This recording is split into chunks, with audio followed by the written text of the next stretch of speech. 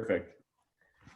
All right, Mike, you ready for it? Yeah, is this a good view? Can you see? Yeah, I'll adjust it as we go too, just because I'll Okay. kind of act as the cameraman almost on the whole process. That's gonna be half of it. But Right. so let's just go through the routine first and like make sure we just have everything set up in order, easy, functional, and what movement we're gonna go with. So Okay. body weight squat, how confident are you with that? Good to go. I figure that one's going to be a lot of these too. And this is more just for the viewers coming in. It's like, let's just go down a checklist of what we feel comfortable with and what we need to adjust on the fly. And some stuff, hey, me and Mike might have to just adjust on the fly as we go. So as we go in, this is going to be probably the most difficult one. And I'm going to call it pretty much the high concept of the day. It's how are we going to handle the chin-up variation? Right. So I don't have a chin-up bar or anything stable that's basically above my waist. Yep. I was just going to do a kneeling band row. Cool. I tried with a broom on the two. I was going to warn you, I wouldn't trust that broom too much. And then, so I'll come back to this in a second, but yeah, finish up there. So basically I was doing it with that and then it was bending a little bit. So I decided not to. Yep. And smart choice. So for those of you tuning in, and this is going to be majority of, I honestly like a lot of where one-on-one training is, how are we going to tackle this? And it's little to do with, like, for instance, Mike, that when an object's unstable, it's not worth doing. Like, we're trying to get muscle activation here. There's no point in doing an exercise if you don't feel confident, one, in the object you're using, but let alone, let's find some stuff that you feel more confident, like actually putting good amount of pressure, and that pressure is going to be your body weight. So, objects to look for if you're in those circumstances. Mike's got a band, so we're going to utilize that, and that's going to be what we go with today. But there's 1,001 different ways of how we can tackle regressions and different options for this. I mean, find steel poles, hockey sticks. Some of those, like old school wood hockey sticks, are really coming in handy this time. So we'll leave those questions open for later, just so we can dive into we already got what we need in place. So we're just going to hop in. Reverse lunge. How do you feel about that? Yep, I'm good to go. I've got my disc sliders here. Perfect. And then with the push-ups, I'm guessing we won't have to do too many modifications, for the sake of the video, we might, but I'm guessing. Yeah, I mean, I'm just a normal push-up, but if we need to modify it for anybody, then that's totally fine too. Perfect.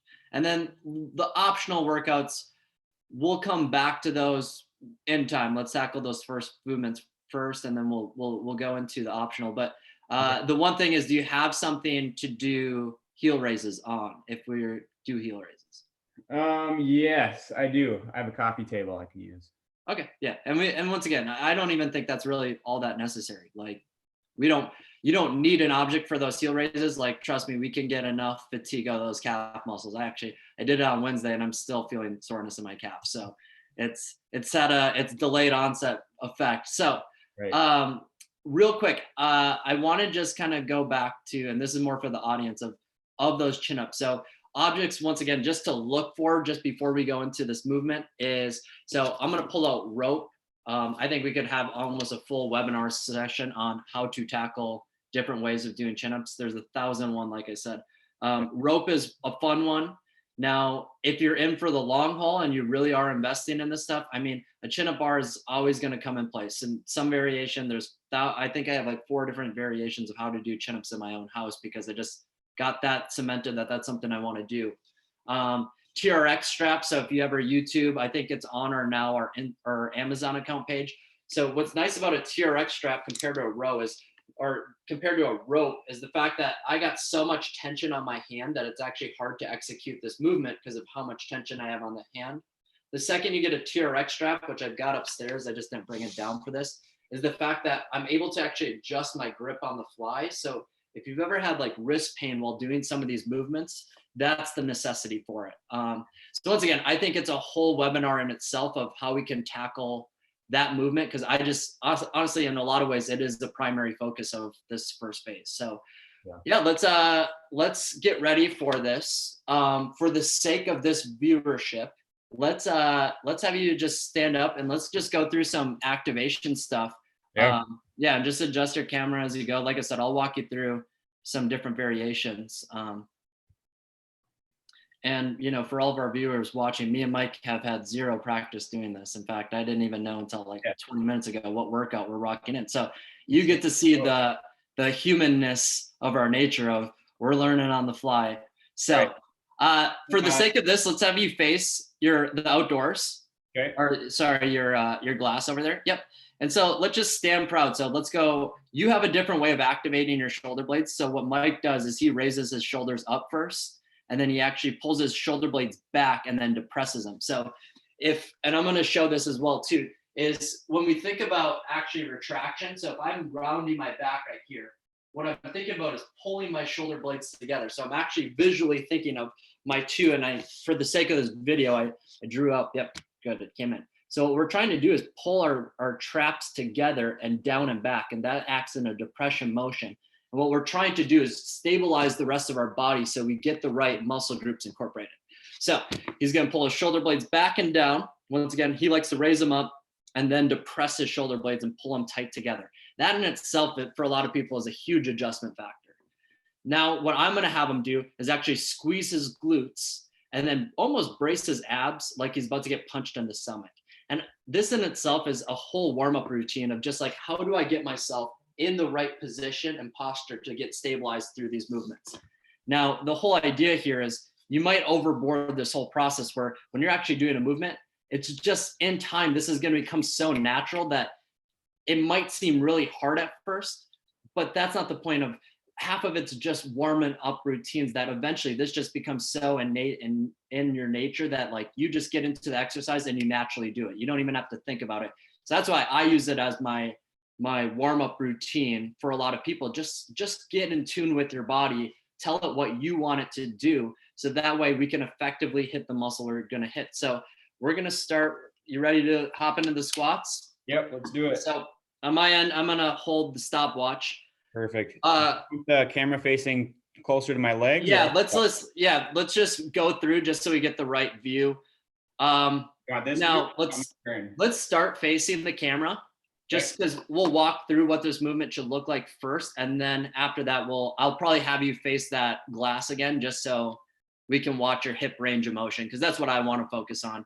Okay. So once again, he's going to go through that stabilized process. For the squat, it's even going to be going so shoulder blades back, kind of engaging your core, getting a little bit of activation in your glutes. And then for this one, it's actually like driving your heels into the ground. So I like to think of almost like a baseball pitcher but instead of what I'm doing is I'm kind of digging my heels into the ground to really stabilize throughout my feet as we go into this motion. So from there, what's unique about a squat is there's two ways to actually initiate this. You can either go from your knees or you can go from your hips. And honestly, for this sake and time in phase one, it's go with what's most comfortable for you and what's most natural. So Mike, I just want you to kind of initiate the movement just so we can watch it. It's not actually, we're not going to start the set yet. I just want to watch you do this first motion just so everything looks good. So Mike is going to have his arms out in front. I'll walk through that in a second, but yep, he's driving his hips back. He has a good bend in his knees, posture staying upright. I like it. Yep, slowly come back up. And as he starts driving up, the idea here is now extending through his hips, squeezing his glutes. And then if you're able to engage those quads as you get towards the top of the range of motion.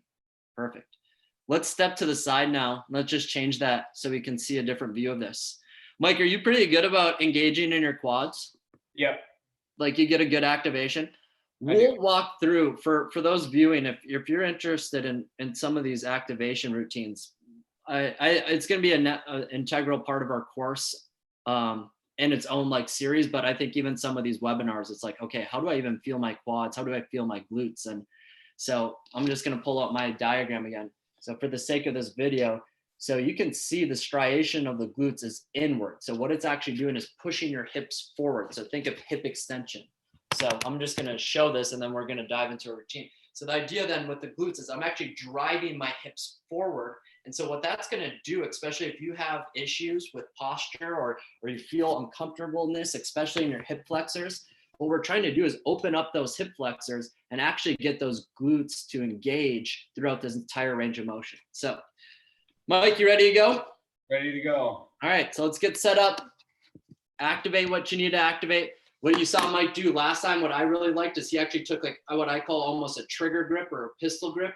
And what's nice about that is, once again, we're prioritizing stabilizing the upper body, which is a huge, huge component of getting your legs activated. Because the second we get out of that, we start rounding our shoulders. When we round our shoulders, our back wants to round, and we've just decreased our range of motion. We've decreased our muscle active range of motion. So, Mike, you ready? Ready. All right, here we go. Good. Hips are going to drive back. He's thinking of staying strong in his knees, almost like his knees are driving out as he's doing. He's getting to a comfortable range of motion. Good. And now he's focusing on driving up through those hips. Good. Drive those hips forward. Squeeze those glutes. Good. Now control back and down. So as Mike's going through this range of motion, something I just want to bring to you guys is this idea now of staying comfortable within that range of motion. What I'm looking is Mike rounding through his back? Is he feeling any type of comfort, disability, which it's more so, can I see him struggling in this range of motion? That little pause on top, that's initiating those glutes, squeezing into those quads, all the way down into his heels, staying active in the ground, because that's the stability component of this motion. That way, Mike. Good. Knees are staying driven out. Push through those heels as you drive up. Good. Drive those hips forward. Squeeze those glutes. Squeeze those quads. Good. Control back and down.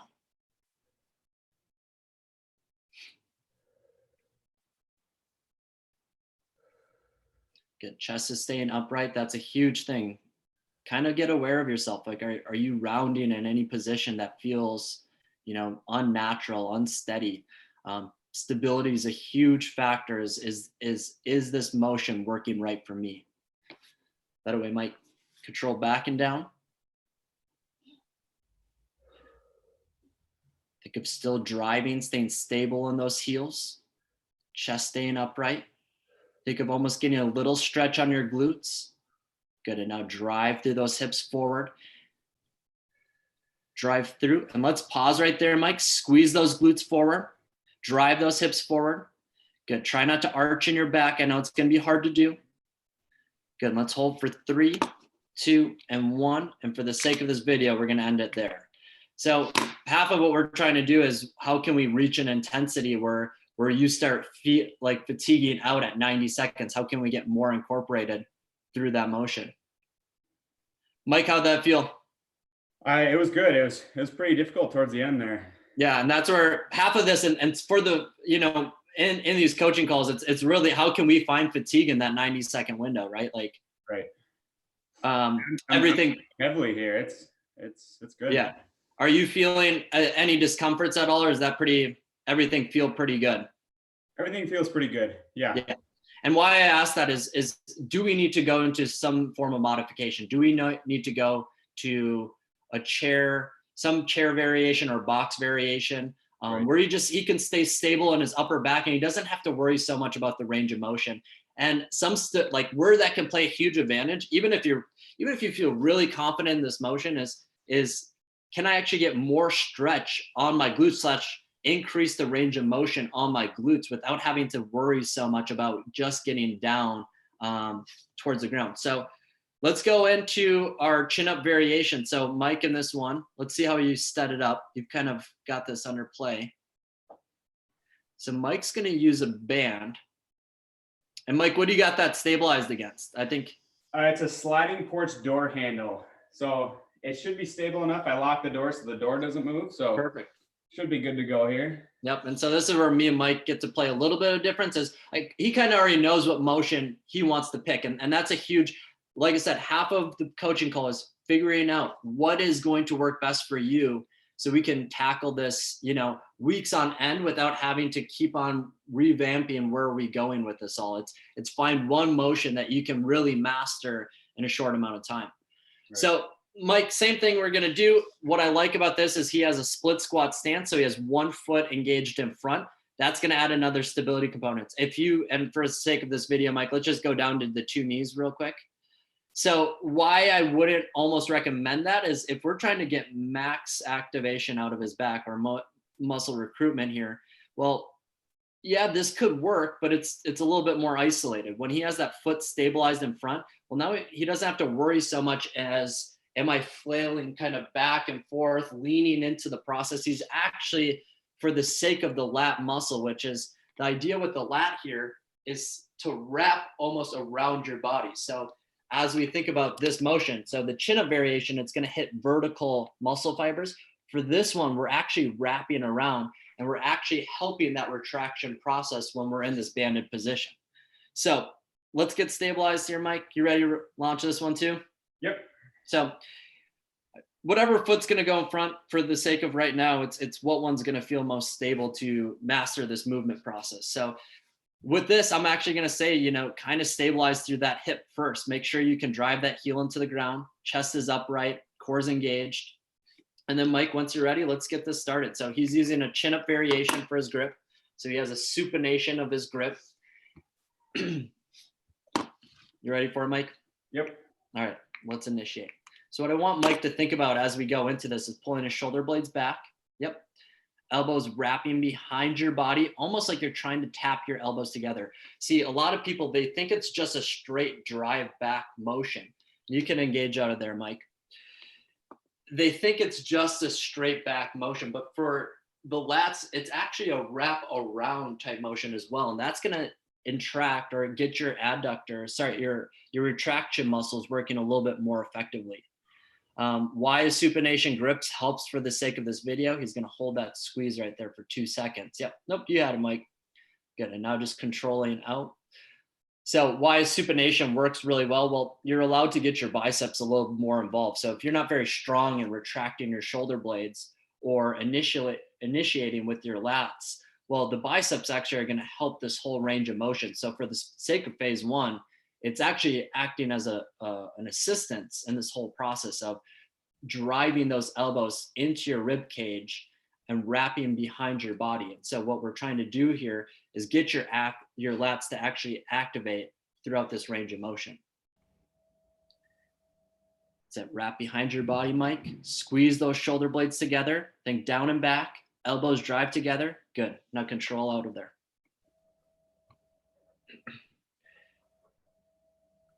Extending through those arms. Shoulder blades are allowed to round a little bit just so you can retract them back. Yep. Pull shoulder blades back and together. Elbows wrapping around. Think of elbows tapping each other. Hold that squeeze. Good. And control out. Let's go for one more here, Mike. Nice control.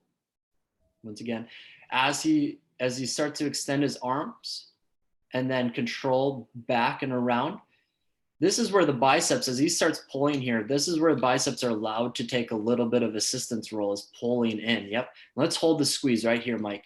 Take shoulder blades together now, driving down and back, chest upright. Perfect. Squeeze those shoulder blades together. Now think of elbows tapping each other.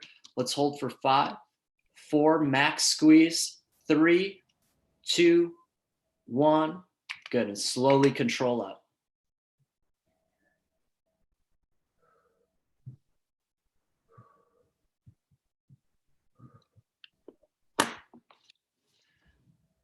That way, Mike.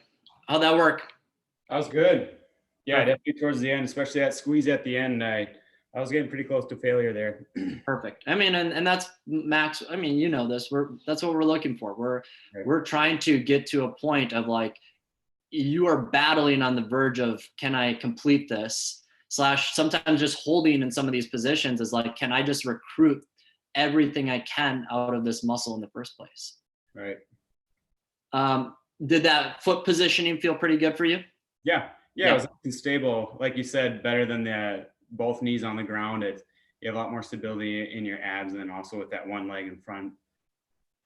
Perfect. All right, let's get set up for the reverse lunge. Mike's gonna pull out his slider, What are you using to slide today, Mike? You know, it's just an exercise slider. I don't even know what the brand was. I think I wore it off. Yeah, yeah. And yeah, just a circular slider. Cool. I mean, paper plates, paper. It all depends kind of what you're using to actually slide on. As far as I can tell, he's got carpeting there. Just Right. depends your room, what room you're using. I have wood floors and I use actually a plastic plate and it works pretty well. But I also have a slider, and honestly, I favor the slider. It's a carpet. Mine's actually a furniture slider. But anyways, Mike, let's get set up again. It's the same series of setup.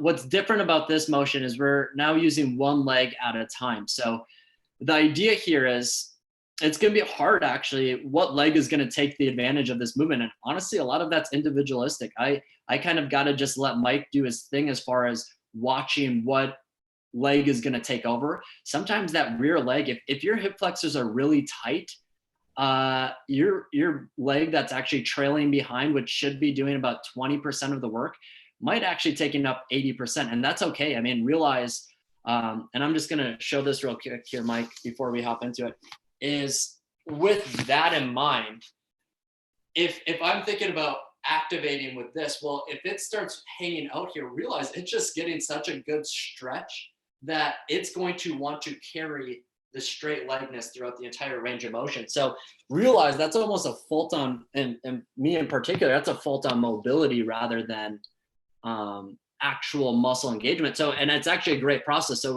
we might as well work on the mobility component in this movement. And that's why it's not the number one movement. It falls at number 3 in this list because of the fact of we just don't know what muscle is really going to take over. And it is a big mobility standpoint of how well can that back leg function. Now, the idea here, though, is this front leg. So for the sake of this video, let's have Mike, let's start with your left leg up first, because I'm guessing, are you right or left leg dominant? Left leg dominant, actually. Okay, let's start with your right leg then in front. And then let's have you, can you step a little bit to your left just so I can get your feet on camera? Perfect. Point it down a little bit too. No, I think it's actually good because I can get your upper body this way. So the idea here, though, is with his right leg, he still wants to activate his heel drive. Now, just looking at Mike's muscle anatomy, I can probably tell from this video he's going to have pretty good stability through his right leg. So let's start out with some activation here, Mike. Same thing, shoulder blades back, chest up. Make sure with this one, you can actively and this is the cool part about a reverse lunge is you get 2 categories of muscles you can really be targeting here. You could be preferentially doing your left, in the way Mike's set up right now, he could be going left glute on that left leg and his hamstring, but he could also, once again, be tackling that hip flexor, or he could fall in the category of that right leg is driving that left leg forward and it could be turned into a right leg movement. So that's what's cool is it's find out where you are really the best at this movement. Like half of setting up of this phase 1 is what am I really good at and what do I kind of need to work on? And that's going to scale a lot of progressions down the line. So Mike, let's get ready for it. What he's going to incorporate here is just set up through that right leg first, get a little bit of knee bend in that right leg. And then he's just going to differentiate, staying on that left toe as he starts riding back. So once you're ready, Mike, let's get started. All right. Good. So he's letting that left foot draw back. And Mike, you want to actually take that pistol grip that you had earlier? Sorry to change that on you right now. I just like you doing it. Good. Now drive through that right heel as you start engaging that left glute now and letting that left leg slide forward. Good. And you don't have to come all the way to the top. Actually, I'm going to stop you in your range of motion, Mike. So yep, you slide back and I'll tell you where I want you to stop. So he's letting that left foot take back, and half of what I'm trying to do, and this is where one-on-one can help sometimes. Yep, and let's drive forward. Just controlling that left foot in, and let's stop actually right there. And now let's let that left foot slide back again. Now that's a complete change. Mike didn't know that I was probably going to do that, but that's what I like sometimes about doing the one-on-one training is I can watch someone and just okay, let's stay with their strong suits. Now let's slide that left leg forward. Yep, squeeze that left glute, and let's drive back. Yep.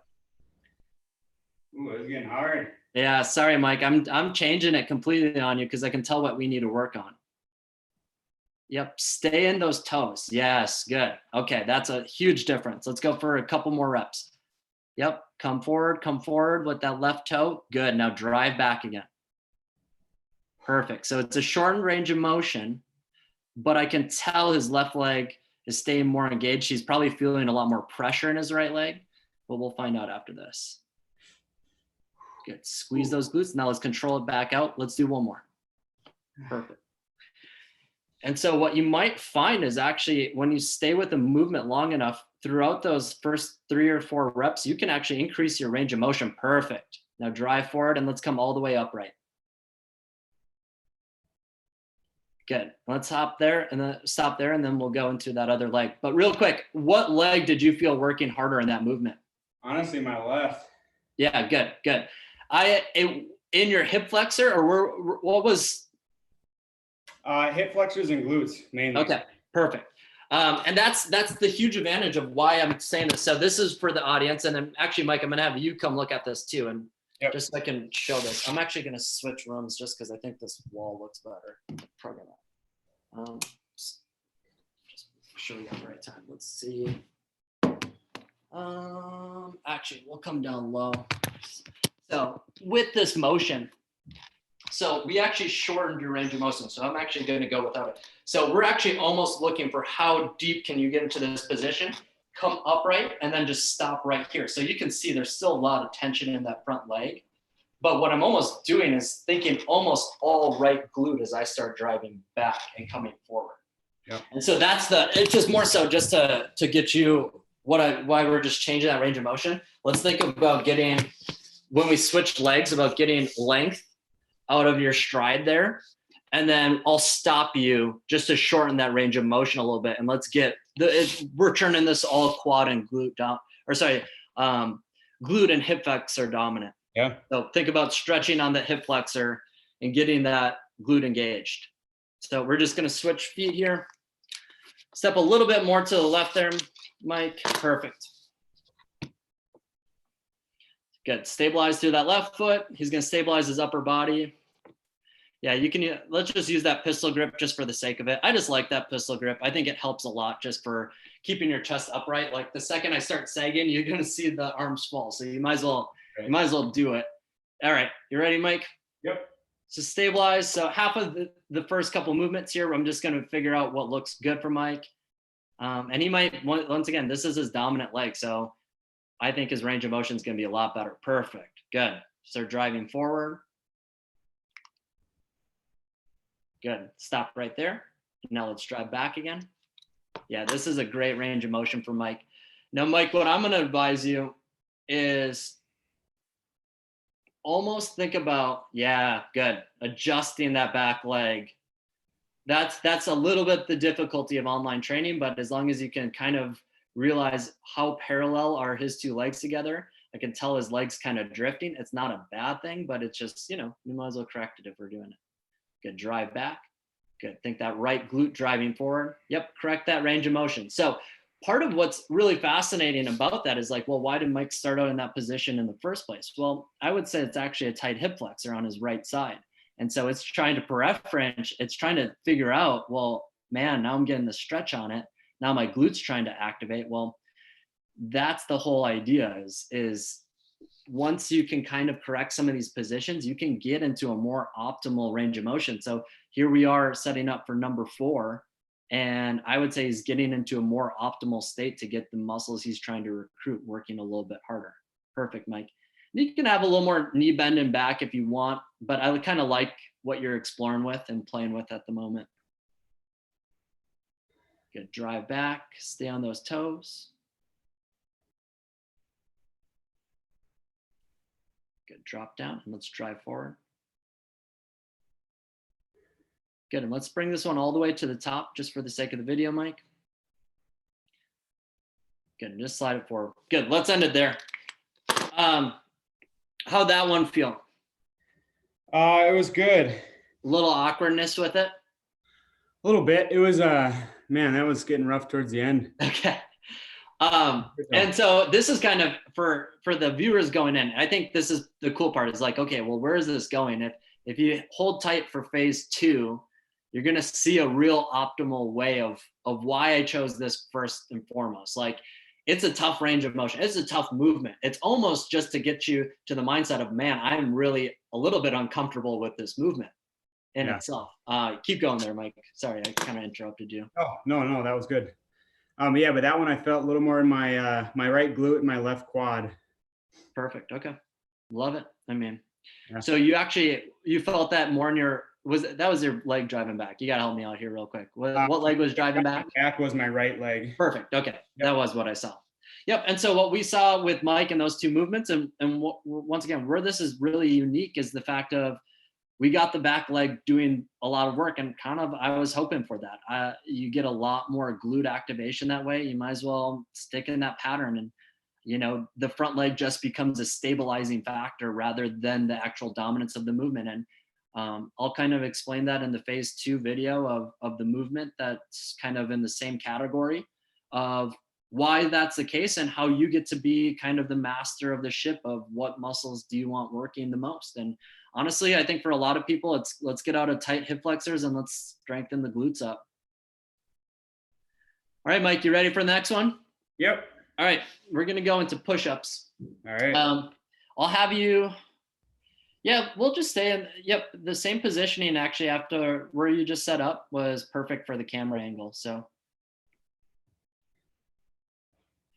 with the push-up, let's just have you go down pretty much a prone position, just so it looks, we can just start from the ground of maybe what that's best. Yep, so just lay down on the ground. So what Mike's doing right now, which is actually the first series of activation in the push-up, is the fact that he's got his toes up. So the fact that he has his toes up means that's gonna be his stabilizing factor together. Now, it's also in this position is you can choose how far you want your feet away from the how far away you want your feet from each other. Do you want your heels together? That's kind of how comfortable are you feeling with this movement in the first place. The wider those heels get, a little bit more stability you have, but the less range of motion you have. The closer you get, the more range of motion you have, but the less stability you have. So it's really how valuable is your core strength? Like, where would you rate yourself in that movement pattern? So good, let's initiate off those heels. Let's extend through those legs. Yep, get your glutes involved. Now let's squeeze those abs. And let's initiate up. So from here, he's gonna go right off from, I would think of almost driving through your palms of your hands. So this is just the setup position. It's making sure, is Mike comfortable? I like the way he looks in this position. The big thing here is, just for the sake of retracting, is can he pull his shoulder blades together from here? Yep, and that's part of choosing what range of motion works. So let's not make Mike suffer. Mike, engage your core a little bit more. So almost, there we go, perfect. And now think about driving your chest down to the ground, staying strong in those legs. Palms are staying down on the ground. Good, drive through those palms. Good, drive through that chest. Good, shoulder blades staying together. Elbows driving to those sides. Good, and now drive through that palm. Think of initiating through that chest. Good, maintain that position. Good, you got it, Mike. Good. Control down. That's all right, focus on that breathing. Good, drive through those palms. Now, half of the reason, Mike could be fatiguing out. Good, control down. Yep, you see Mike right here, he's gonna, perfect. Dropping down to his knees. So if I see someone fatigue out, it's either we're gonna end, and just hold it real quick right there, Mike. Take a quick break. Not usually what will happen. Yep, you can kind of relax for a second. Now, I saw Mike failing out there, and it's partly, he was stable enough in his core where I would let him fail out a little bit, because I didn't just see his hips drive down to the ground. The second I see your hips drive to the ground, and all of a sudden this becomes almost like a mobility stretch, like we got to stop the movement. But for Mike's sake, why not just keep engaging his core? So there's two positions that you can choose to go from here. And it's either you can drop to your knees and regress the movement. You could, I would even say, Mike, I preferentiate this. Let's use the couch you have right there. Yep. And let's change this camera angle, and let's do an incline push-up. I like incline push-up from the pure fact that you get to keep your core engaged. When you go down to your knees, it's kind of like what we just said with the row, is the second you go to the utility of your knees is you kind of can not get as much out of the range of motion. Where if you just switch to this inclined position, well, now you're staying in that plank position, and you're keeping everything activated. That would set you up for a better normalized push up in the first place. So, yep, let's just go from there, Mike, and play with the range of motion that works for you. If you start feeling tension or you feel like you're fatiguing out early, let's just shorten that range of motion, and just I'll kind of guide it, and we'll just go through the end of it in a plank position if need be. All right. All right, ready? Let's stabilize. Now, the hard part with that couch is it's not going to be ultimately stable. I'd like to find a better object, but for the sake of the video, we're just we're going to improvise. Do you have something else you want to use? Coffee table real quick. Perfect. All right, let's dive in and use that. Now, the nice part about that, I'm kind of rushing for the sake of time and for your guys' convenience, but we do want to walk through and what's a better object to use, and the more stable the like a table, a chair, or way better. Like, look at that coffee couch. Perfect. If you're not very comfortable with this range of motion, realize the higher the incline, which this is the beauty of stairs, is the stairs, you get to change the incline every step you take. So the closer you are to the ground, the harder the range of motion is. The higher you go up the stairs, the easier it's going to be. But it's once again, it's how well am I able to activate my chest in this motion. So real quick, Mike. So with this activation, what I'm thinking about is elbows against those sides. And now with my chest, I'm driving forward. So I'm keeping that chest engaged, almost like my bicep is driving into my chest. And that's going to add stability into shoulders. We talk about keeping those shoulder blades back. That's what we're trying to work on is can we stay stabilized in these movement patterns? That's what's going to help us get out of pain in our shoulders. That's what's going to help us correct postural stuff. The more we focus on little details, the better the long-term results are going to be. So, Mike, let's set up here. We won't drag you out that long on this one. Shoulder blades together.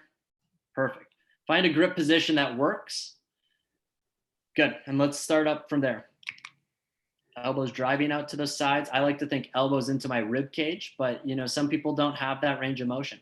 Chest drives down, and perfect. Now think of biceps driving into the chest. Let's just do 3 here. Yep. Control those elbows down. Hold there, pause. I'm actually going to make Mike suffer, and we're going to make this our last one. Good. And slowly control up now. Good. Let's see if Mike's able to punch this one out. Perfect, Mike. Awesome. Good. Let's end it there. I could tell Mike was fatiguing out. Might as well take the last one to the state it needed to go.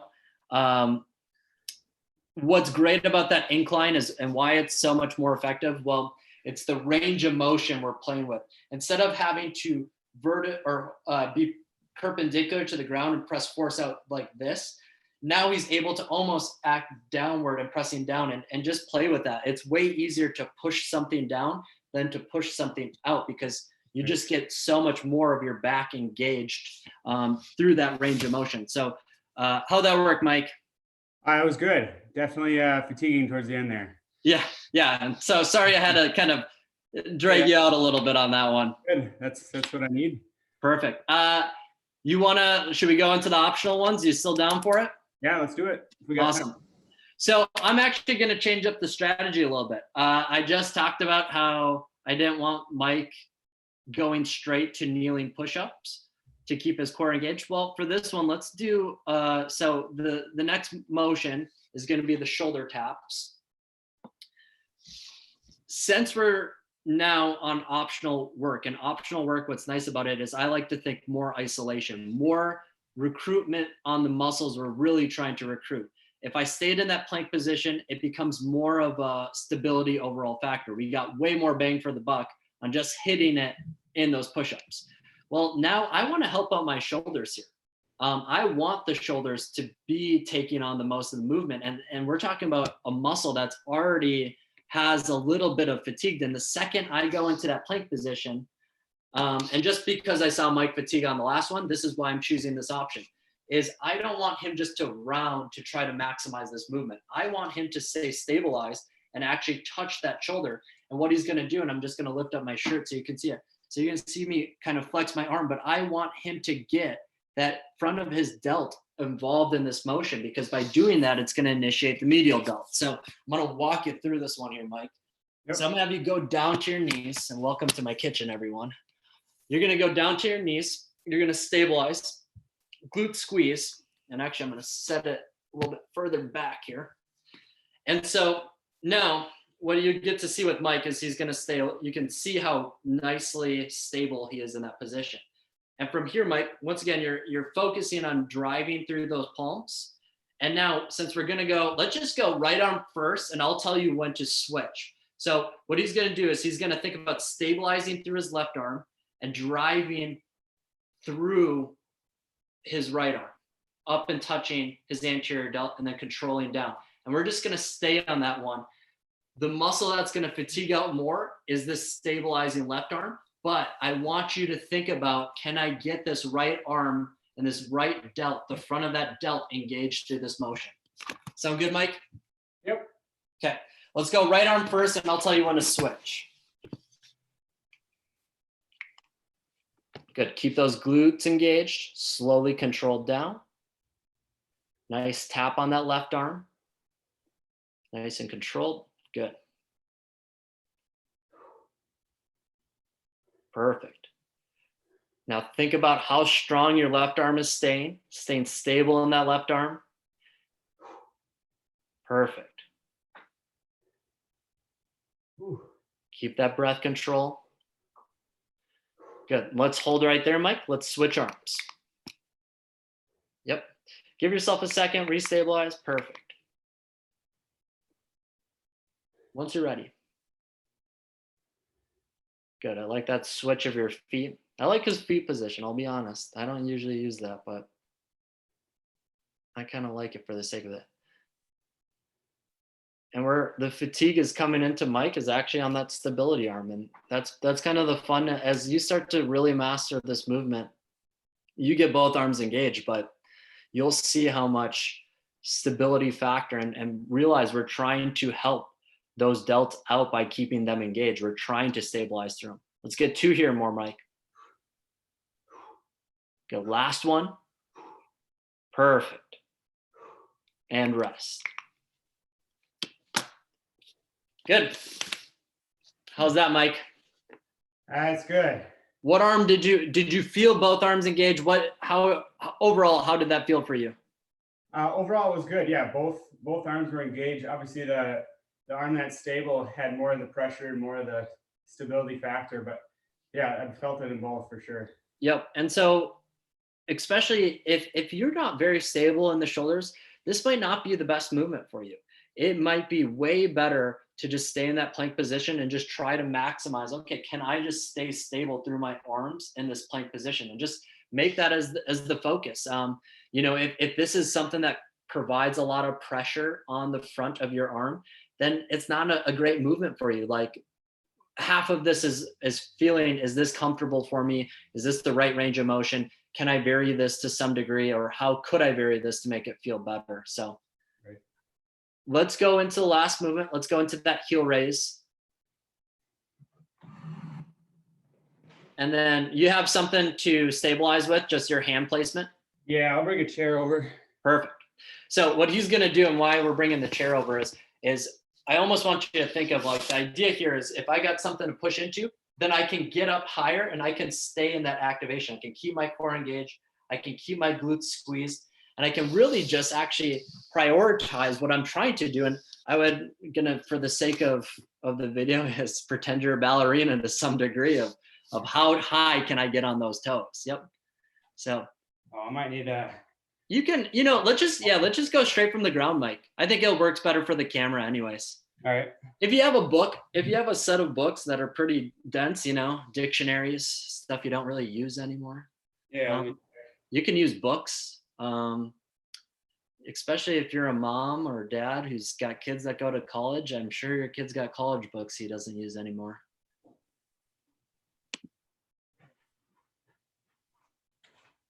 Anyways, as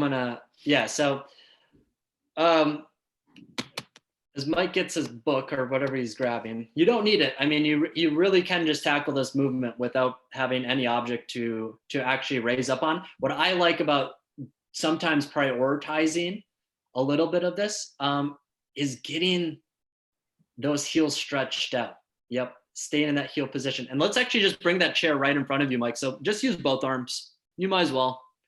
Because what I'm gonna tell you to do, and where that book might not help you, let's just sweep the book to the side for now.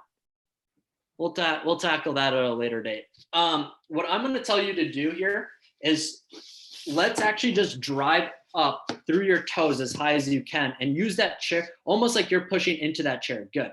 So because Mike's so good at setting up, stabilizing, and initiating, I don't even have him doing that anymore. I can tell that he's already going into the position I need him to. If he was still struggling, I would have told him. Good, let's control it back and down.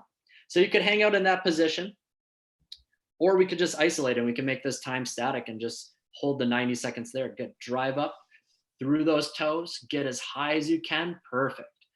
And that's what I like about, I could tell Mike can function this movement pretty well. Drag those heels back and down.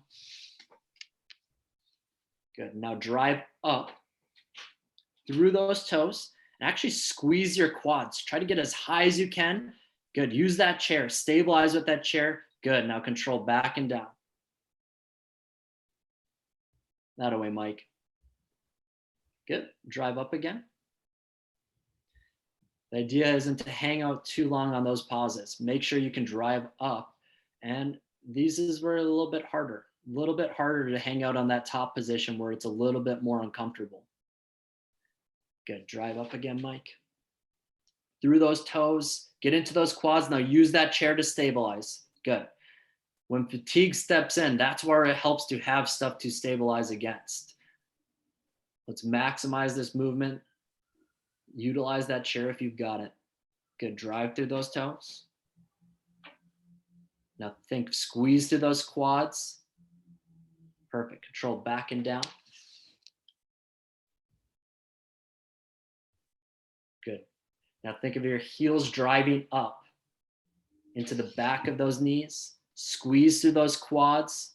Perfect, let's go for one more. Back and down, good, last one.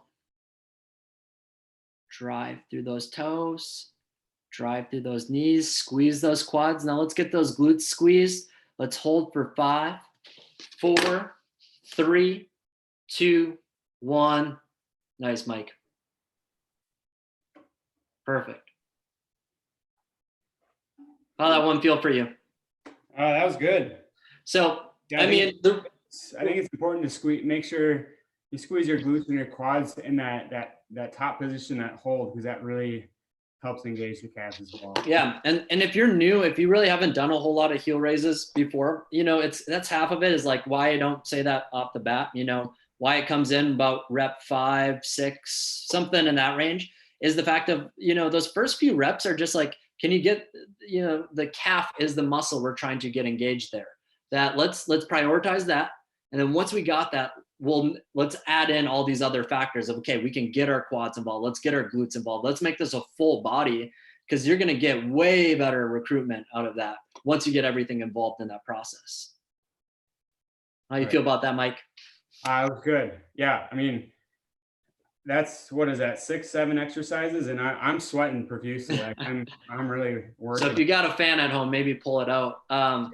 What I would say too is, and just real quick on that heel raise, so the necessity of having an object to go against is so you can get more range of motion out of your calf. Realize that's a muscle that is naturally tight because when you look at the force of gravity, and this is a long-winded explanation that I'd go into in a whole nother day, but to be short-winded, it's the whole idea that the more stretch I get on that muscle, it's a muscle that tends to tense up a lot of energy in a way. It tends to hold a lot of tension because of where it's positioned on the body and how much force the calf likes to produce.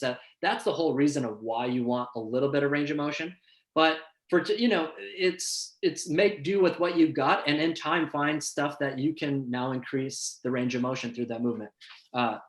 Sorry, I kind of cut you off there, Mike. Did you? Oh, no, that's good. Yeah, and so what I would say too is what's nice about this is now we can talk about all this stuff, and now we can sit down and write out like what are the big notes that I can take off of this workout. What did I have to change to make work for me? what is kind of my goal of what movement do I want to perfect? You know, if I just went through all those motions, ranges of motions, it's kind of like, okay, like if I didn't master that reverse lunge, well, I can do it in time, but why not stick with the movement that works more correctly for a longer period of time? So then in time, I can come back to that movement and now have it fully mastered. So I think that's the huge notion is what notes can I really take away at the end of the day? What can I write down? What went really well and what went poorly? And that's either a perfect time to hop on and get in contact with us. I think there's several ways to, apart from just one-on-one training of one-on-one's going to tackle it, you know, from the get-go, but there's other ways to get involved, you know, write us emails, respond to the emails. Or I think there's a function on the MYO site where we're opening up the chat lines of like, okay, like, and honestly, it's more stuff we can tackle in these videos where if you guys got questions that sure you can't answer it today, but write them down and, you know, we'll start tackling them in these webinars as, you know, to the extent we can. You got anything, Mike? I mean, you basically said it all. Perfect.